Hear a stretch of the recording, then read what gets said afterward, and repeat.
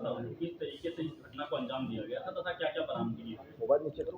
देखिए 14 तारीख की शाम को सरिया व्यापारी हैं, वो जब दुकान बंद करके अपने घर जा रहे थे तो दो लुटेरों के द्वारा उनका बैग छीन के वहाँ से फरार हो गए, जिसकी सूचना उन्होंने जब पुलिस को दी तो पुलिस को उन्होंने बताया कि उनके बैग में कैश था और उनके जो व्यापार से संबंधित जो बुक्स थी, लेजर बुक्स थी वो थी। उसके आधार पर मुकदमा पंजीकृत किया गया।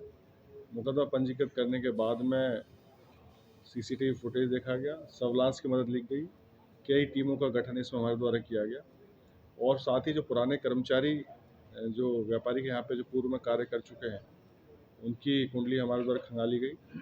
सभी के सीडीआर का अवलोकन किया गया तो हमें सस्पेक्टेड कुछ नंबर्स मिले, जिनके आगे हमने फर्दर डेवलपमेंट किया तो पता चला कि इनके पूर्व में एक कर्मचारी काम करता था, अभिषेक जिसका नाम है, उसका सस्पेक्टेड में नंबर आया। फिर जब उसको पुलिस के द्वारा अरेस्ट किया गया तो पूछताछ के दौरान उसने बताया कि उसने अपने एक फ्रेंड के साथ मिलकर, जिसका नाम प्रदीप सिंह है, उन्होंने एक प्लान बनाया था। दोनों एक साथ फैक्ट्री में काम करते हैं पैसे के लिए और दोनों ने मिलकर इस घटना को अंजाम दिया है। एक प्रयास उन्होंने 13 तारीख को भी कोशिश की थी रेकी करके, लेकिन उस दिन वो असफल रहे थे। 14 तारीख को जब उनकी रेकी कंप्लीट हो गई तो उन्होंने इस घटना को अंजाम दिया। इसमें पुलिस के द्वारा 84,900 रुपये नकद, इसके अतिरिक्त जो भी उनका डॉक्यूमेंट्स था, बैग था और जिस बाइक से घटना कारित की गई उसको बरामद कर लिया।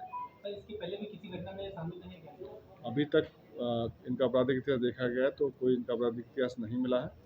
बाकी और इनका सर्च करवा रहे हैं, अगर कोई पाया जाएगा तो उस पर कार्रवाई। सर, आप लगातार ऑपरेशन दृष्टि चलाया जा रहा है, इस पूरे मामले में जो सीसीटीवी कैमरे लगाए गए थे उनमें उनका किसी भी तरीके से सहयोग नहीं मिला। देखिए ऑपरेशन दृष्टि के अंतर्गत जो कैमरे लगाए थे काफ़ी कैमरे मिले, जिसमें फुटेज को हमारे द्वारा देखा गया।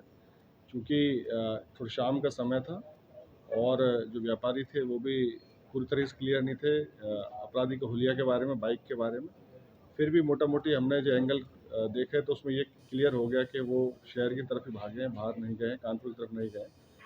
तो उस प्रकार से इस घटना को फिर अनावरण किया गया। Thank you sir. कल रात में एक घटना